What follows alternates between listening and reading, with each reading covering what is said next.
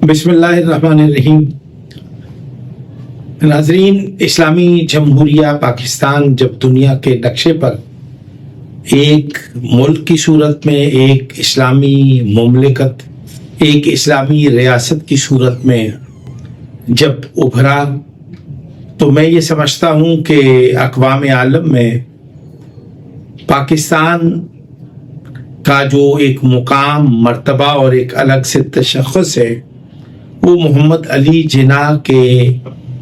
پاکستان کی دستور ساز اسمبلی میں پہلے خطاب کے موقع پر اس کے خط و خال ترتیب دے دیے گئے اور اقوام عالم میں اسلامی جمہوریہ پاکستان کا تعارف اور حوالہ محمد علی جناح کی گفتگو کا جو سرنامہ تھا اس کو قرار دیا گیا، اور محمد علی جناح رحمۃ اللہ علیہ نے پاکستان میں بسنے والے مختلف رنگ، نسل، قوم، قبیلوں کے لوگوں کو جو اپنے اپنے عقائد اور نظریات پر قائم رہتے ہوئے دوسروں کے عقائد اور نظریات کا احترام کرنے کا جو اندیا دیا، وہ آج بھی آئین پاکستان کا جھومر ہے، آئین پاکستان کی ایک انفرادی اور منفرد جو ہے وہ ایک ترکیب ہے۔ تو میں یہ سمجھتا ہوں کہ اسلامی جمہوریہ پاکستان کے اندر بسنے والے لوگوں نے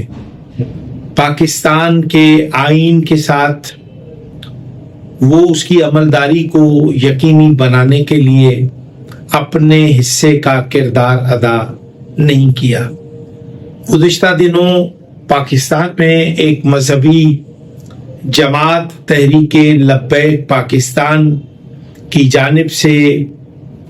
عالمی منظرنامے پر فلسطین اور اسرائیل کے مابین جو جاری ایک طویل مدتی جنگ تھی، اس کو روکے جانے اور اس کے خاتمے کے لیے اقوام عالم کی جو کوششیں تھیں، مثلاً قطر، سعودی عربیہ،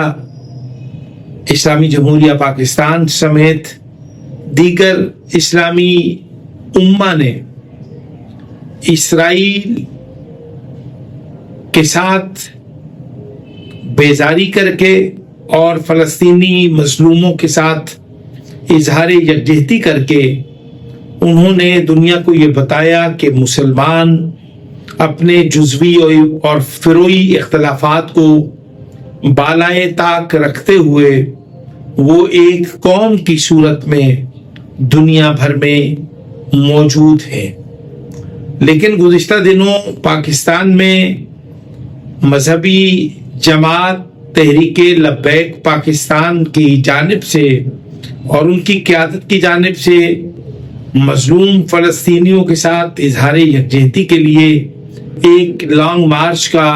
اور ایک دھرنے کا منصوبہ بنایا، جسے اسلامی جمہوریہ پاکستان کے حکمرانوں نے تحریک لبیک پاکستان کی قیادت سے رابطے کے دوران ان کو منع کیا کہ جب فلسطین اور اسرائیل کے مابین معاہدہ طے پا چکا ہے کہ ہم جنگ بندی کی طرف جا رہے ہیں، اور طرفین نے یعنی کہ فلسطینیوں نے اسرائیلی لوگوں کی گرفتاری اور ان کی رہائی کا جو اعلان کیا، اور پھر اسرائیل کی جانب سے فلسطینیوں بلکہ گرفتار فلسطینیوں کی رہائی کا اندیا بھی دیا کہ ہم ان کو رہا کریں گے، اور پھر مابین فریقین جب یہ معاملہ اور معاہدہ طے پا چکا تھا اور پھر مسلم امہ کے تمام ممالک میں عالم اسلام کی اس فتح کو قدر کی نگاہ سے دیکھا جا رہا تھا، اور تمام مسلم ممالک میں آباد لوگ فلسطین کی اس فتح پہ اور اسرائیل اور فلسطین کے مابین جنگ بندی کے معاہدے کو بڑی قدر کی نگاہ سے دیکھا جا رہا تھا، اور انہوں نے فلسطین کے ساتھ دعائیہ کلمات اور اظہار یکجہتی بھی کیا۔ لیکن تحریک لبیک پاکستان نے جو لانگ مارچ کا اعلان کیا اور حکومت کی طرف سے اس لانگ مارچ کو روکنے کے لیے ان کو یہ آگاہ کیا کہ فلسطین اور اسرائیل کے مابین معاہدہ ہو چکا ہے اور جنگ بندی کی طرف وہ جا چکے ہیں، ایسے حالات میں میں یہ سمجھتا ہوں کہ تحریک لبیک پاکستان کی قیادت کی جانب سے ایک اعلان کہ ہم دھرنا کریں گے، ہم لانگ مارچ کریں گے، میں تحریک لبیک پاکستان کی قیادت اور ان کے حمایتیوں کو متوجہ کر کے یہ کہنا چاہتا ہوں کہ جب فلسطین اور اسرائیل کے درمیان معاہدہ ہو چکا تو آپ ایسے حالات میں پاکستان کی سڑکوں پہ نکل کے آپ اقوام عالم میں اور مسلم امہ کو کیا پیغام دینا چاہتے ہیں، اور پھر ہم اس نبی برحق حضرت محمد مصطفیٰ صلی اللہ علیہ وآلہ وسلم کے امتی ہیں جنہوں نے ایک کافرہ اور مشرکہ عورت کی طرف سے مسلسل رسول اللہ کی شان میں گستاخی کرنے کے عمل میں جب تعطل دیکھا تو سرکار نے استفسار کیا کہ آپ میں سے کوئی شخص اس بوڑھی عورت کے گھر سے واقف ہے؟ تو آپ کے صحابی نے یا آپ کے کسی عقیدت مند نے یا آپ سرکار سے استفسار کیا کہ سرکار کیوں؟ کہا اس عورت نے آج مجھ پر کوڑا نہیں پھینکا اور میری شان میں گستاخی نہیں کی، تو کیا اس کی طبیعت ٹھیک ہے؟ اس کی مزاج پرسی کے لیے چلتے ہیں؟ تو آپ سرکار کے مقتدیوں نے یہ کہا کہ سرکار وہ تو آپ کی شان میں مسلسل گستاخی کرتی ہے اور آپ اس کی مزاج پرسی کا ارادہ رکھتے ہیں۔ سرکار نے فرمایا کہ میں اپنی اعلیٰ اخلاقی اقدار کے ذریعے لوگوں کو بتانا چاہتا ہوں کہ میں اللہ کا وہ نبی ہوں، میں اللہ کا وہ نبی برحق ہوں جس نے اپنے کردار کی شمع روشن کر کے اللہ کے دین کو پھیلایا اور اس میں کشادگی اور اس میں وسعت پیدا کی۔ ایسے حالات میں ہم چونکہ سرکار کے امتی ہیں، سرکار کے مقتدی ہیں، سرکار کے نام لیوا ہیں، سرکار کا کلمہ پڑھ کے سرکار کی شفاعت کے متمنی ہیں، تو ہمیں بھی چاہیے کہ ہم اپنی زندگیوں پر سرکار کے اعمال حسنہ کو اپنے اوپر مسلط کریں۔ مثلاً ابھی یہ جو تحریک لبیک پاکستان نے اسلام آباد کا رخ کیا اور اس پر حکومت پاکستان یعنی کہ پاکستان اسلامی جمہوریہ پاکستان کی جغرافیائی سرحدوں پر بامور آرمڈ فورسز، پنجاب پولیس، افواج پاکستان، رینجرز، حساس اداروں سے تعلق رکھنے والے اہلکاران اور افسران کے ساتھ جب آپ جنگجوئی کرتے ہیں اور ان پر پتھر پھینکتے ہیں اور ان سے دو بدو ہو جاتے ہیں، اور پھر ادارے آپ کو بار بار متنبہ کرتے ہیں کہ حکومت آئینی راستہ اختیار کرے گی، حکومت نہتے شہریوں پر ظلم و بربریت نہیں کرے گی، لیکن آپ ایک اسلامی جماعت تحریک لبیک پاکستان کی قیادت اور اس کے کارکنان کی جانب سے پنجاب پولیس کے جوانوں پر، افسروں پر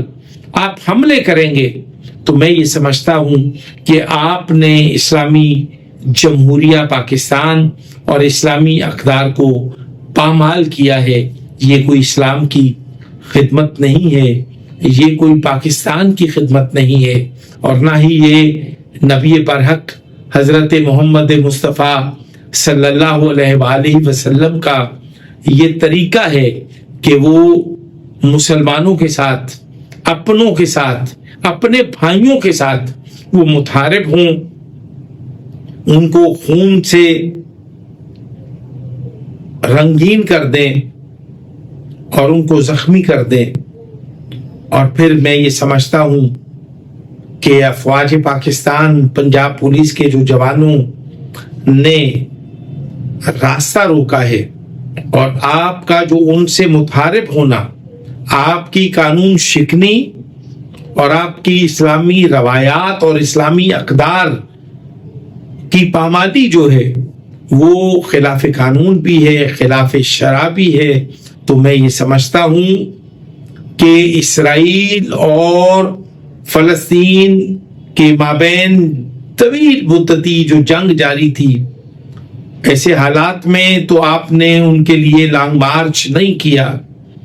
ان کے ساتھ اظہار یکجہتی نہیں کیا، لیکن جب فلسطین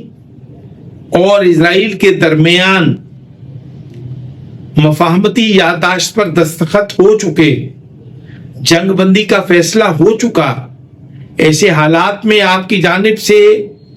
فلسطینی مظلوموں کے ساتھ یکجہتی کرنے کا جو اعلان ہے اس کی کلئی کھل چکی ہے۔ آپ کے عزائم کچھ اور ہو سکتے ہیں۔ آپ کو یہ چاہیے کہ آپ ایک مسلم ملک کی افواج پہ، آرمڈ فورسز پہ، پنجاب پولیس کے جوانوں پہ، افسروں پہ جب آپ حملہ کریں گے تو پھر آپ نہ اسلامی جمہوریہ پاکستان کی خدمت کر رہے ہیں اور نہ ہی آپ اسلام کی خدمت کر رہے ہیں، بلکہ آپ غیر مسلم قوتوں کے عزائم اور ایجنڈے پر عمل پیرا ہے۔ تو آپ کو چاہیے کہ آپ محب وطن پاکستانی بنتے ہوئے، آپ سچے سچے مسلمان بنتے ہوئے اعلیٰ اسلامی اقدار پر عمل کریں، اور پاکستان میں جو نافذ العمل قانون ہے اس کی عملداری کو یقینی بناتے ہوئے حکومت سے مفاہمت کا راستہ اختیار کریں۔ آپ کو جنگ کا راستہ ہرگز اختیار نہیں کرنا چاہیے تھا۔ آج سے 2 برس 3 برس پہلے بھی آپ نے اسی طرح کا ایک عمل کیا تھا جو دھرتی کے لیے، قوم کے لیے، ملک کے لیے، اسلام کے لیے اور مذہب کے لیے کسی طور درست نہیں ہے۔ اس وقت بھی آپ کو یہ احساس ہوا کہ ہم نے غلط راہ اختیار کی، آج بھی آپ کو یہ اطلاع دی جا رہی ہے، آپ کو مطلع کیا جا رہا ہے کہ پاکستان کی افواج کے ساتھ، پاکستان کی پولیس کے ساتھ، پاکستان کی نگرانی پر مامور، پاکستان کو مضبوط بنانے والے